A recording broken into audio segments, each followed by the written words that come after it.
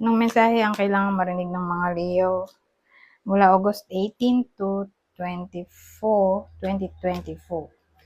Pwedeng nangyayari na to o mangyayari pa lang. Kung hindi man para sa inyo itong magiging reading, baka para sa someone na malapit sa inyo o sa someone na kakilala nyo mismo. Baka may lumabas na gender mamaya tulad nito. Gawin nyo na lang energy, ito, masculine at feminine energy. Pwede rin naman na huwag nyo nang pansinin yung energy. So, as long as tama naman yung sitwasyon nyo sa reading, gano'n na nga lang. Huwag nyo nang pansinin yung gender. So, magsimula na tayo.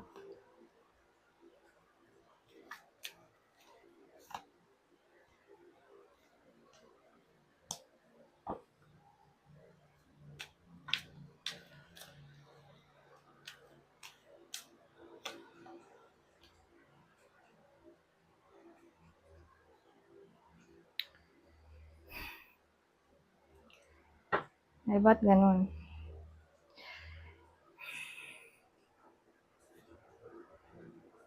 Itong ano siya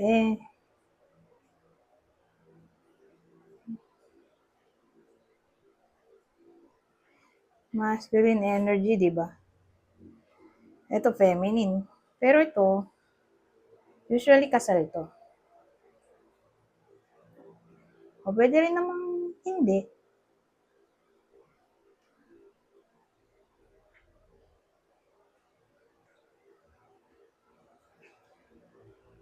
May anak ba to?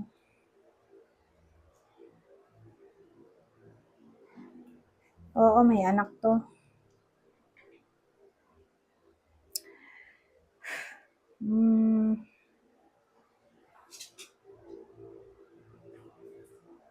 Mayaman siguro, may posisyon. May edad na siguro, 60 and above. Yung age, kunin nyo lang yung info na sa tingin nyo ay fit sa sitwasyon nyo. Senior, may stable job, permanent siguro sa work.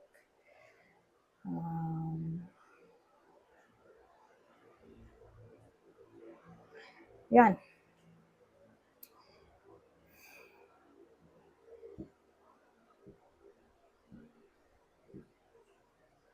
Ano to? Parang hindi siya masaya sa nangyayari sa buhay niya.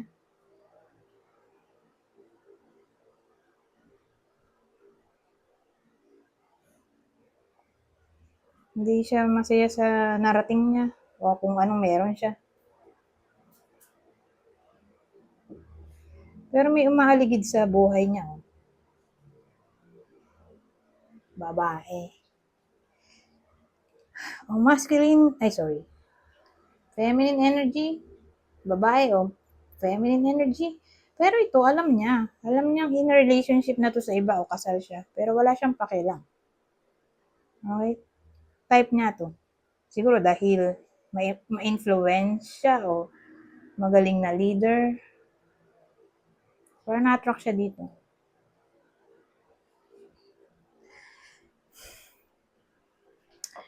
So, sa madaling salita, may nagpo-flirt dito. May nagpo-flirt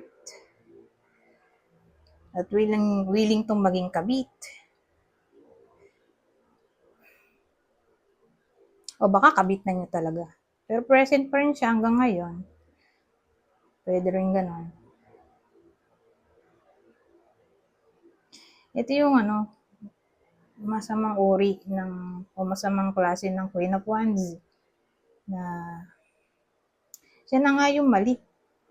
Pero pinaninindigan niya yung mali. Ganon. So, tulad niya, third party situation, pinaninindigan niya yung mali.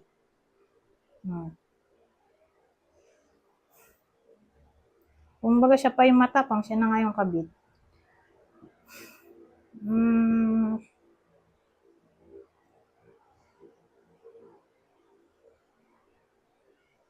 Basta bad influence to, dito.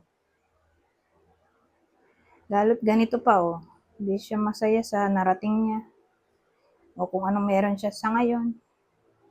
Parang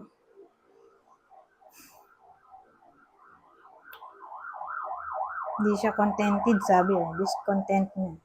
Pero tong babaeng to, probably kakilala ng iba sa inyo, kapitbahay siguro. Parang nandun lang nakatira sa community nila. Ganon. So, kapitbahay, kabarangay, ka-city. Hindi siya nalalayo. Yun yung clue natin sa pagkatao ng babaeng to. Na dumidikit pa rin dito kahit na in relationship na sa iba o kasal na.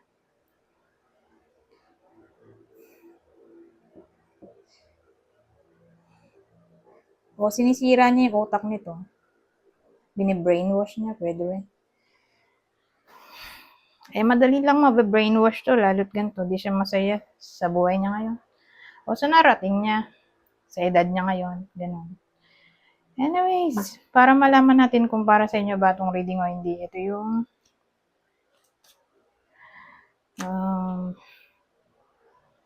partner ng Leo. Sa kwento na to, regardless kung sino sila sa kwento na to.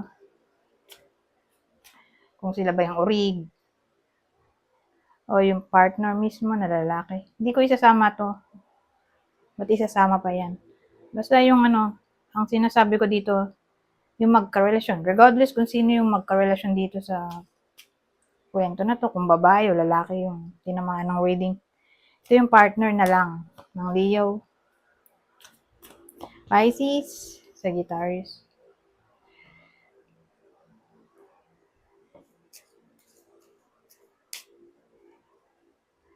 Reunion, oh. Hindi pala kita.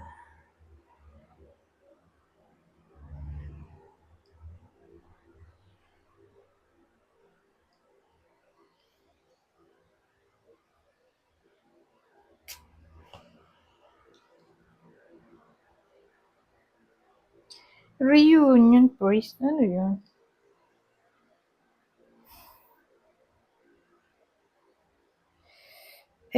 Reconciliation siguro to. Oh. Reunion eh.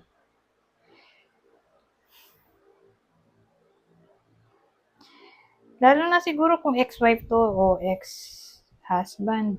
So again, reconciliation, reunion eh. Posible. So in general na lang, mga mag-ex, baka mag-reunion. So, whether in-expect nila to o hindi, reconnection na lang. Baka mag-reconnect o magkabalikan talaga. Pwede rin.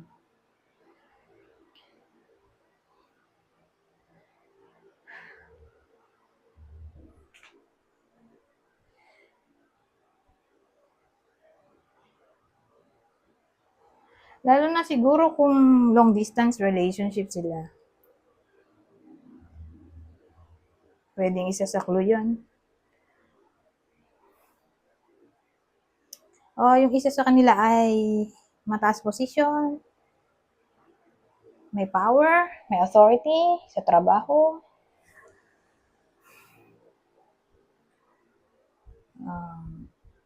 license, professional, politiko. Basta ganun, parang may somewhat power, authority yung kanyang work. Di yun. Pwedeng yun yung description sa pagkatao ng isa sa mag-ex na to. Pero again, long distance relationship, posible.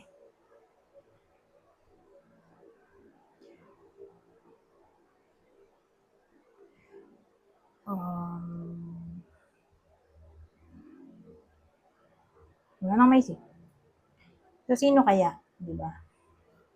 Ang tatamaan ng reading na to, sino yung ex ng Leo na maaaring magbalik sa buhay niyo? Scorpio. Isa sa air sign, Aries, Leo. Air sign, Aries, Leo. Isa sa air sign, Gemini, Libra, Aquarius. Yung naisip ko pala ay fire sign. Pero isama na rin natin yung nasabi kong Aries, Leo. Wala namang sinabi ako na Sagittarius. Pero sama na rin natin sa clip since nasabi ko na. So again, yung X ay pwedeng Scorpio, Aries, Leo, isa sa air sign, Gemini, Libra, Aquarius. Okay?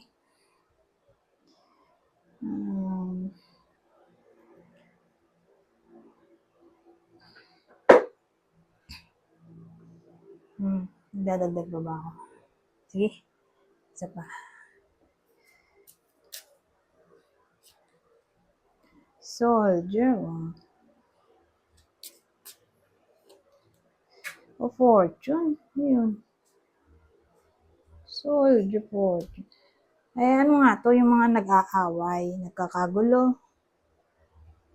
Baka nga, maayos pa, oh. Kasi, dun mo lang naman makikita yung mga soldier dun sa, dun sa lugar na may gulo, di ba? Sila yung tagapagpatupad ng peace and harmony. So, tulad nga ng sabi ko, reconciliation, posible. Kasi kanina, sabi ko, sa magka-relasyon. Pero ito, in general na. So, sabihin natin, ang kaaway ay kapitbahay, magulang, kapatid, kaibigan, katrabaho, in general na. Maayos pa, oh. May fortune is, so parang siyang blessing. Pero kung nasa low yung tao, sa kwento o person nyo, o kakilala nyo na malapit sa inyo, ito trabaho niya, soldier, military, navy, ano ba, police, law, o di lawyer, judge, politiko, di ba? Nasa gobyerno, o yan, anyone na nasa gobyerno, eh magiging blessed na yung week. Ewan ko kung anong klaseng blessing to. Pero fortune di prosperity na yan, di ba? Ito nga, may pera, oh. Ang daming pera, oh. Wow. So, magkakapera siguro. May blessing nga, eh. So, depende sa kung anong wish nila. Mukhang mamamanifest nila dito. Who knows? Baka gusto nila ay promotion. Oh, pwede.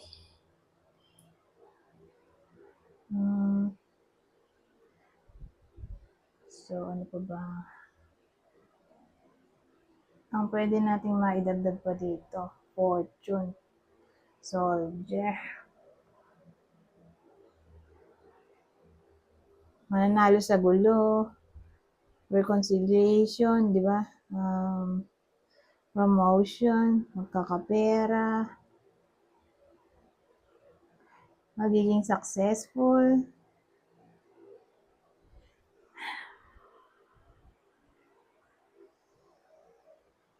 baka pumasa ng exam,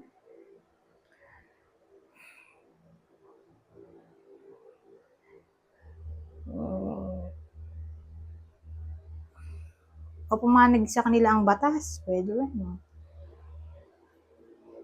So, halimbawa, yung iba sa inyo ay may case na ipinaglalaban o rights. Papanig sa kanila ang kapalaran, pwede rin.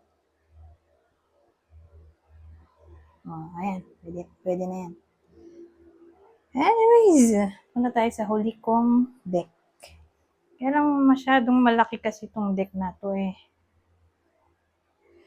Kaya sinhuffle ko na. Kasi time wasting kung isa-shuffle ko ang laki niya masyado. Kaya ni-ready ko na. Babasahin ko na lang para mabilis. So sabi dito, it's, ano to ha? Extra message at advice. Sa week na to, it's okay to be afraid, but as much as you can, please try to act from love rather than from fear. With every challenge you meet, you gain experience. Every day, you're leveling up. At ang huli, you are strong. You are resilient. You will defeat this. Anyways, hanggang dito na lang. Goodbye. For now.